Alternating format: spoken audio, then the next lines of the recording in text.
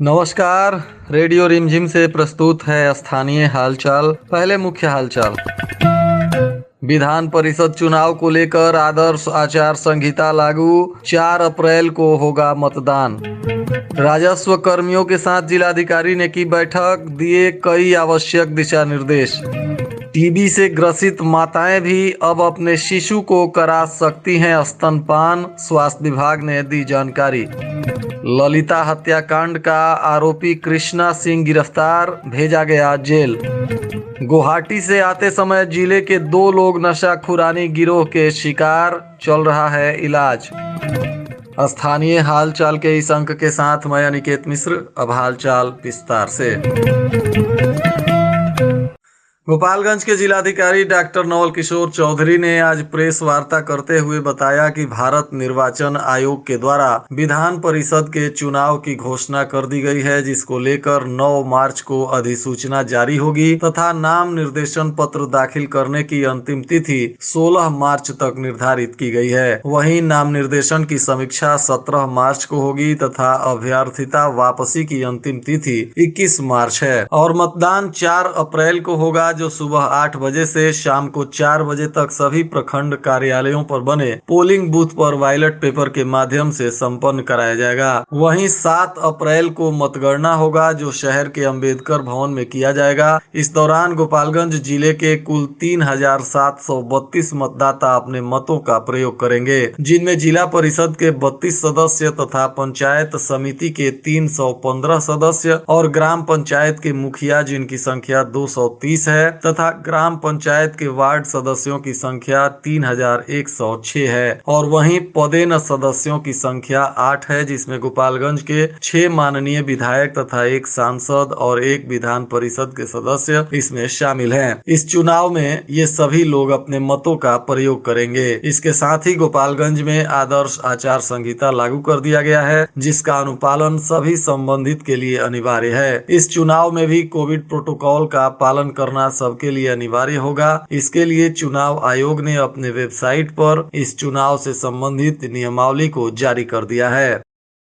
आज गोपालगंज के जिलाधिकारी ने राजस्व कर्मियों के साथ तथा अंचलाधिकारियों के साथ एक बैठक की, जिसमें बताया गया कि दाखिल खारिज के जितने भी आवेदन 28 फरवरी तक प्राप्त हुए हैं, उन्हें 23 मार्च तक हर हाल में कर्मचारी जांच कर अंचलाधिकारी के यहां भेज दें तथा राजस्व संग्रहण की गति को तेज करते हुए कैंप लगाकर राजस्व वसूली का निर्देश दिया गया। बैठक में जमाबंदी में लगान का अपडेशन करने हेतु प्रत्येक कर्मचारी के साथ साथ एक कार्यपालक सहायक की प्रतिनियुक्ति का भी निर्देश दिया गया है, ताकि सभी जमाबंदी को अपडेट किया जा सके। अभियान बसेरा के तहत सुयोग्य श्रेणी के भूमि विहीन लोगों को वास हेतु भूमि उपलब्ध कराने का भी निर्देश दिया गया है। साथ ही प्रत्येक अंचल में CWJC और MJC के लंबित वादों को भी निष्पादन का निर्देश दिया गया। इस बैठक में अतिक्रमण को हटाने का भी निर्देश दिया गया है। बैठक में अपर समाहर्ता वीरेंद्र प्रसाद और DCLR वीरेंद्र कुमार तथा सभी अंचलाधिकारी और नव नियुक्त राजस्व पदाधिकारी तथा सभी राजस्व कर्मचारी उपस्थित रहे।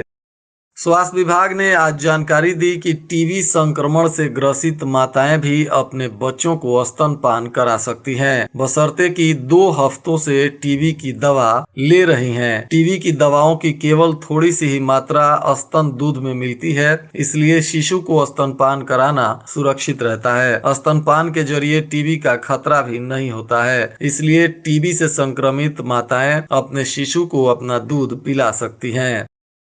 गोपालपुर थाना क्षेत्र के ढेबवा गांव के रहने वाले 2 लोग नशाखुरानी गिरोह के शिकार हो गए हैं, जिनमें एक का नाम त्रिवेणी बैठा है और दूसरा राम प्यारे बैठा है। ये लोग गुवाहाटी से अपने गांव आने के लिए लोहित एक्सप्रेस में सवार होकर सिवान के लिए निकले थे, तभी रास्ते में नशाखुरानी गिरोह के शिकार हो गए, जिसके बाद भटनी में इनके बगल की सीट पर बैठा एक व्यक्ति इनके स्वजनों को दोनों को नशा में होने की जानकारी दिया, जिसके बाद परिजन गोरखपुर रेलवे स्टेशन पर पहुंचे, जहां राम प्यारे बैठा नशे की हालत में मिला, जबकि त्रिवेणी बैठा का पता नहीं चल रहा था। बुधवार की देर रात हरिद्वार रेलवे स्टेशन से पुलिस के द्वारा प्राप्त जानकारी अनुसार त्रिवेणी बैठा के पास से मिले कुछ कागजातों से परिजनों का मोबाइल नंबर पुलिस को मिला, जिसके बाद पुलिस ने परिजनों को इसकी जानकारी दी है।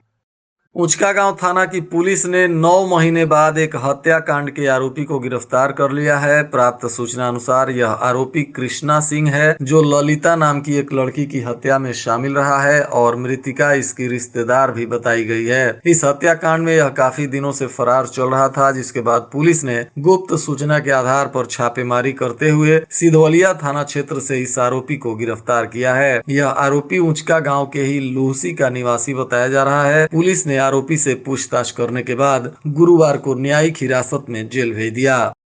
आज जिला समाहरणालय में राजस्व कर्मियों के साथ बैठक करते हुए डीसीएलआर ने मौजूद कर्मियों को संबोधित करते हुए कहा कि सरकार की पहली प्राथमिकता वास विहीन लोगों को जमीन मुहैया कराना है, ताकि लोगों को भवन बनाकर पानी बिजली की व्यवस्था के साथ सुपुर्द किया जा सके। इसके लिए यदि सरकारी भूमि उपलब्ध है तो ठीक है, अन्यथा भूमि खरीद कर भी देने का सरकार के द्वारा निर्देश प्राप्त है। इसलिए सभी अंचलाधिकारी तथा राजस्व कर्मचारी सक्रियता से इस पर काम करें तथा वास विहीन लोगों को हर हाल में भूमि उपलब्ध कराते हुए उनके आवास की व्यवस्था सुनिश्चित कराने का काम करें। इस दौरान उन्होंने बताया कि वास विहीन तथा भूमिहीन में अंतर है। भूमिहीन वह व्यक्ति है जिसके पास 1 एकड़ से भी कम भूमि है, तथा वास विहीन वह व्यक्ति है जिसके पास जमीन तो है परंतु वह काम की नहीं है। जैसे बहुत सारे लोगों की जमीन बाढ़ प्रभावित क्षेत्रों में नदी के प्रभाव में आ गई है, इसलिए ऐसे लोग कागज में तो भूमि के मालिक बताए जा रहे हैं, परंतु वास्तव में उनके पास भूमि उनके किसी काम की नहीं है, तो ऐसे लोग वास विहीन हैं। ऐसे लोगों को तुरंत सरकार के द्वारा जमीन उपलब्ध कराने के साथ ही मकान बनाकर भी देने का निर्देश प्राप्त हुआ है। भोरे के लामी चौर गांव में बच्चों के विवाद को लेकर एक महिला पर रॉड से हमला कर सर फाड़ दिया गया, जिसके बाद महिला गंभीर रूप से घायल हो गई है। वहीं आरोपियों ने महिला का बाल पकड़कर घसीटते हुए अर्धनग्न अवस्था में जमकर पिटाई की है, जिसके बाद पीड़िता कृष्णावती देवी ने थाने में आवेदन देते हुए प्राथमिकी दर्ज कराई है, जिसमें 7 लोगों को आरोपी बनाते हुए पुलिस ने मामले की जांच पड़ताल शुरू कर दी है। गोपालगंज के ताइक्वांडो खिलाड़ी निहाल सिंह धिनराज का अखिल भारतीय विश्वविद्यालय ताइक्वांडो प्रतियोगिता के लिए चयन हुआ है, जिसके बाद संघ के मुख्य कोच विनीत कुमार शर्मा ने इन्हें बधाई और शुभकामनाएं दी हैं। वरिष्ठ नागरिकों की मदद के लिए भारत सरकार ने एक हेल्पलाइन नंबर जारी किया है, जो 14567 नंबर का यह टोल फ्री नंबर वरिष्ठ नागरिकों को काफी लाभ पहुंचा रहा है। अभी हाल ही में कुचायकोट प्रखंड के बंजरिया के रहने वाले 65 वर्षीय जयेंद्र राय का वृद्धा पेंशन काफी दिनों से फंसा हुआ था, और इसी नंबर पर कॉल करने के बाद उनको वृद्धा पेंशन की राशि अब उनके खाते में आनी शुरू हो गई है। उन्होंने बताया कि यह नंबर वरिष्ठ नागरिकों को कई तरह की सहायता प्रदान कर रहा है, चाहे वरिष्ठ नागरिकों की पेंशन से संबंधित योजना हो, या जमीन विवाद हो, या मेंटेनेंस एक्ट हो, या किसी भी तरह की कोई दिक्कत हो। इस हेल्पलाइन नंबर पर कॉल करके वरिष्ठ नागरिक इससे सहायता प्राप्त कर सकते हैं। फुलवरिया थाना क्षेत्र के निबंधन कार्यालय पर 10 लाख रुपए कैश एक वृद्ध व्यक्ति के मोटरसाइकिल की डिक्की तोड़कर चोरों ने चोरी कर लिया है। प्राप्त सूचना अनुसार पीड़ित फुलवरिया थाना के बिशुनपुर गांव के भृगुनाथ सिंह बताए जा रहे हैं, जो अपनी बेटी शिव देवी के नाम पर जमीन रजिस्ट्री करवाने निबंधन कार्यालय पहुंचे थे। तभी मोटरसाइकिल की डिक्की तोड़कर 10 लाख रुपए चोरों ने उड़ा लिए, जिसके बाद उन्होंने फुलवरिया थाने में प्राथमिकी दर्ज करते हुए पुलिस से मामले की जानकारी देते हुए न्याय की गुहार लगाई है।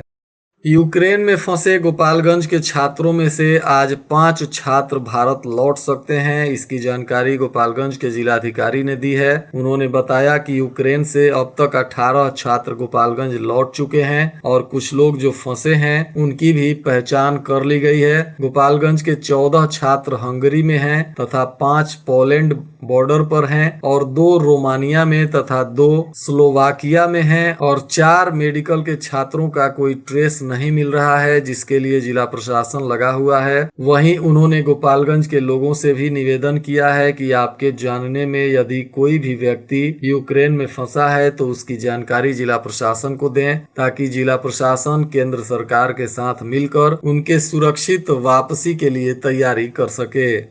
आज जदयू नेता प्रमोद कुमार पटेल ने जदयू के सभी कार्यकर्ताओं से कहा कि आप सरकार द्वारा चलाई जा रही योजनाओं का आम जनता के बीच प्रचार प्रसार करें। इस दौरान उन्होंने बताया कि सरकार अनुसूचित जाति उद्यमी योजना के तहत सरकार की ओर से दलित और महादलित समुदाय के लोगों को आत्मनिर्भर बनाने के लिए 10 लाख रुपए की राशि देने की व्यवस्था की है, जिसमें 5 लाख रुपए अनुदान दिया जा रहा है, जबकि 5 लाख रुपए राशि बिना ब्याज के सरकार को लौटानी है। इस दौरान उन्होंने कहा कि अल्पसंख्यकों को भी कर्ज देने की शर्तों में बदलाव पर विचार करने की जरूरत है, क्योंकि अल्पसंख्यक समुदाय भी आर्थिक रूप से कमजोर है और ऐसे लोगों पर सरकार विशेष ध्यान दे, ताकि अल्पसंख्यकों के भी गरीब लोगों की आर्थिक उत्थान के लिए आराम से उन्हें लोन दिया जा सके, ताकि वे भी ठेला रिक्शा चलाने वाले और पंचर बनाने वाले लोग सरकार से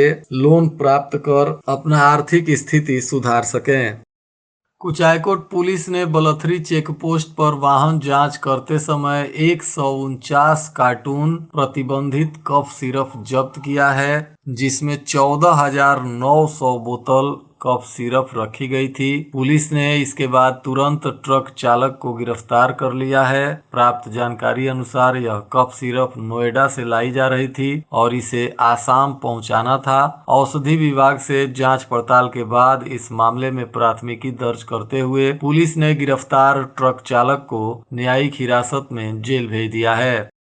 और आज के मौसम का तापमान गोपालगंज में न्यूनतम 13 डिग्री सेल्सियस और अधिकतम 24 डिग्री सेल्सियस रहने की संभावना है। अंत में मुख्य हालचाल एक बार फिर। विधान परिषद चुनाव को लेकर आदर्श आचार संहिता लागू, 4 अप्रैल को होगा मतदान।